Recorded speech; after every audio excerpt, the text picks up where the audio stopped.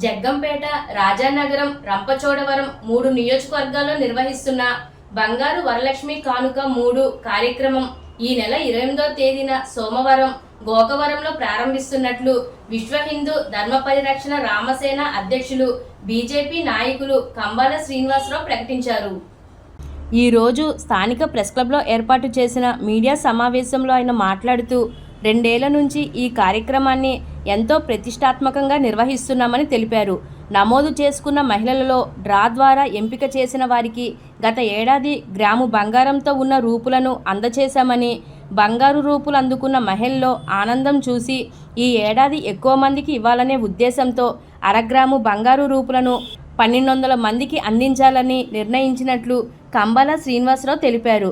తన సొంత ఊరు గోకవరం జగ్గంపేట నియోజకవర్గంలో ఉందని, దాంతోపాటు రాజానగరం, రంపచోడవరం నియోజకవర్గాల్లో కూడా రూపులు అందచేయనున్నట్లు కంబాల శ్రీనివాసరావు తెలిపారు. ఈ మీడియా సమావేశంలో నాగ రమేష్ తదితరులు పాల్గొన్నారు. విశ్వ హిందూ ధర్మ పరిరక్షణ రామసేన సంస్థ నుంచి 2023, 2024, 2025 ఇందులో 2023లో మొట్టమొదటిసారిగా బంగారు వరలక్ష్మి కానుక అనే ప్రోగ్రామ్ని భారతదేశ చరిత్రలో వినూత్నంగా నేను ప్రారంభించడం జరిగింది. ఆ సంవత్సరం గోకవరం పెట్టుకొని, అంటే గోకవరం అనేది ఎక్కడుందంటే ఆంధ్రప్రదేశ్లోని తూర్పుగోదావరి జిల్లా రాజమండ్రికి 33 కిలోమీటర్ల దూరం ఉంది. జగ్గంపేట నియోజకవర్గంలో గోకవరం వస్తుంది.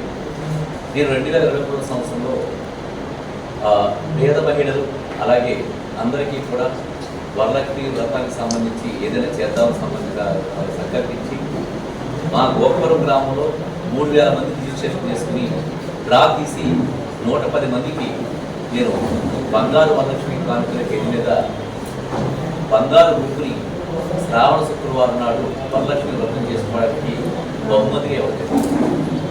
ఆ రూపు తీసుకున్నప్పుడు చాలామంది పేద మహిళలు వేదిక మీదకి వచ్చి ఆ బంగారం తీసుకునేటప్పుడు కళ్ళంగా నీళ్ళు పెట్టుకున్నారు.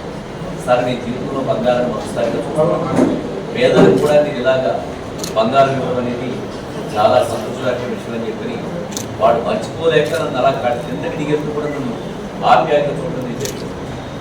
దాన్ని స్ఫూర్తిదాయకంగా తీసుకుని 2024 సంవత్సరంలో జగ్గంపేట, రాజానగరం, అల్లూరు సీతారామరాజు అంటే రంపచోడవరం జిల్లాలో దాదాపుగా 17,000 మందిని నేను రిజిస్ట్రేషన్ చేసుకుని 50 మంది స్టాఫ్ను పెట్టి ఈ రిజిస్ట్రేషన్ కార్యక్రమాలు పూర్తి చేసుకుని అప్పట్లో ఒక రూపు 7,500 రూపాయలు పడిచాను.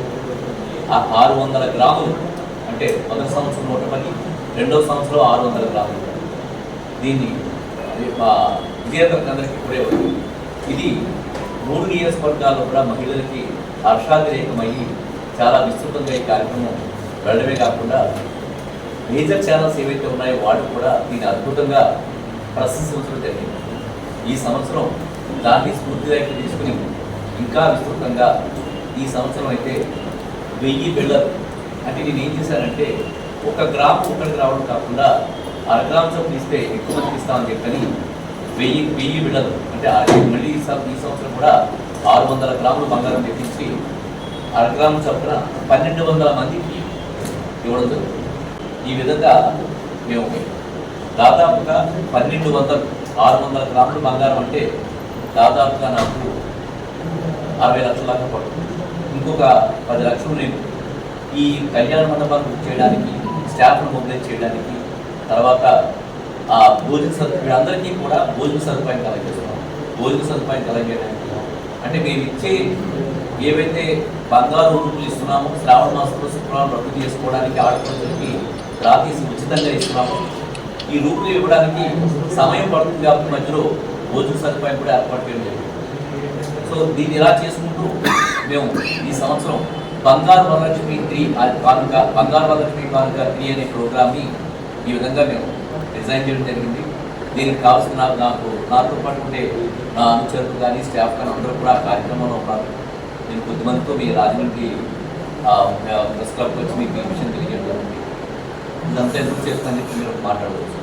ఇదంతా కూడా నేను హైందవ ధర్మాన్ని రక్షించడమే కాకుండా హైందవ బయటలో చైతన్యం తీసుకురావడం కాకుండా ఇంటిగ్రేషన్, రిలీజియస్ ఇంటిగ్రేషన్, మతాల అనుసంధానం. ఈ మన ఆంధ్రప్రదేశ్ ఉండే గొప్ప సంస్కృతి ఏంటంటే క్రైస్తవులైనా మహమ్మదీలైనా కూడా లక్ష్మీదేవి అంటే చాలా ఇష్టపడ్డారు. నేను పోయిన సంవత్సరం వేదిక మీద చాలామంది ముస్లిమ్స్ క్రైస్తవులు ఉన్నప్పుడు వాడు రాలో తగిన వాడికి ఇవ్వడమే కాకుండా క్రైస్తవులకి ముస్లిమ్స్కి ఇవ్వడమే కాకుండా ఎవరైనా అడిగి సార్ మేము ముస్లిమ్స్ వచ్చాం క్రైస్తవులు వచ్చామని చెప్పడానికి అడిగినప్పుడు నేను కొంతమందిని కన్సిడర్ చేసి వాడి స్థితిగతులు పరిశీలించి నాకున్న అవకాశాన్ని బట్టి వాడికి ఇవ్వడం. దీన్ని నరేంద్ర మోడీ గారు స్ఫూర్తిగా భారతీయ జనతా పార్టీ చాలామంది భారతీయ జనతా పార్టీ అంటే హిందువుల పార్టీ అనుకుంటారు. చాలా తప్పుడు అభిప్రాయం. భారతీయ జనతా పార్టీ అంటే భారతీయుల పార్టీ, అందులో క్రైస్తవులు ముస్లిమ్స్ హిందువులు కూడా ఉంటారు. ఈ విషయాన్ని మరొకసారి మీ అందరి ముందు గమనించుకుంటూ నరేంద్ర మోడీ గారు భారతదేశానికి స్ఫూర్తిదాయకంగా ఉంటూ ఆయన యొక్క రాజ్యాధికారంలో ఈ రోజు వరకు ఏ మతస్థుడు కూడా ఎటువంటి హింసకు గురి కాకుండా వైభవంగా ఈ భారతదేశం యొక్క సంస్కృతి దాన్ని స్ఫూర్తిదాయకంగా తీసుకుని భారతీయులు అందరూ ఒకే భావనతోటి అందరూ క్రైస్తవులు ఉన్నా హిందువులు ఉన్నా ముస్లిమ్స్ ఉన్నా మేమందరం ఒకే భావన కలగజేయడం కోసం, అలాగే హిందూ ధర్మాన్ని సంరక్షించడం కోసం, హిందూ ధర్మం యొక్క సంస్కృతి గొప్పతనాన్ని బయట తీసుకురావడం కోసం నేను ఆడియో వీడియో ద్వారా కూడా ఎన్నో రకాలైన మన యొక్క ఎక్కడ మన సంస్కృతి స్టార్ట్ అయింది, భారతీయ సంస్కృతి ఎక్కడ స్టార్ట్ అయింది అనేది ఆడియో వీడియోల ద్వారా ప్రజలు చూపించడం కాకుండా నరేంద్ర మోడీ గారు దేశానికి ఎన్ని రకాలైన ప్రాయోజిత కార్యక్రమాలు చేస్తున్నారనే భావాన్ని కూడా విస్తృతంగా ప్రజల్లో తీసుకెళ్ళడం కోసం నేను ఈ కార్యక్రమాలు చేస్తున్నాను.